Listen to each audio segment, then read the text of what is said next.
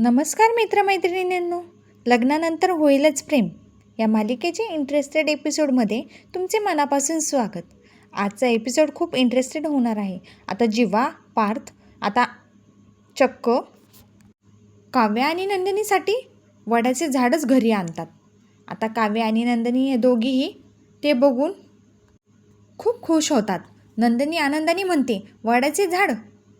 तेवढ्यात आता वसुंधरा सर्वांना म्हणते, खूप विश्वास आहे ना तुमच्या या सर्व गुण संपन्न अशा या नंदिनीवर, जी कधीही खोटं बोलत नाही. तर लगेच आता रम्या बोलते, आदर्श नंदिनी तुमच्यापासून मोठं सत्य लपवते. आता जीवा आणि नंदिनी खूप घाबरतात. आता नंदिनी सत्य सर्वांसमोर येईल का, हे तर आपल्याला पाहायला मिळणारच आहे. असा नवीन नवीन इंटरेस्टेड एपिसोड बघण्यासाठी मराठी मनोरंजन सिरियल या यूट्यूब चॅनलला सबस्क्राईब करा. थँक्यू.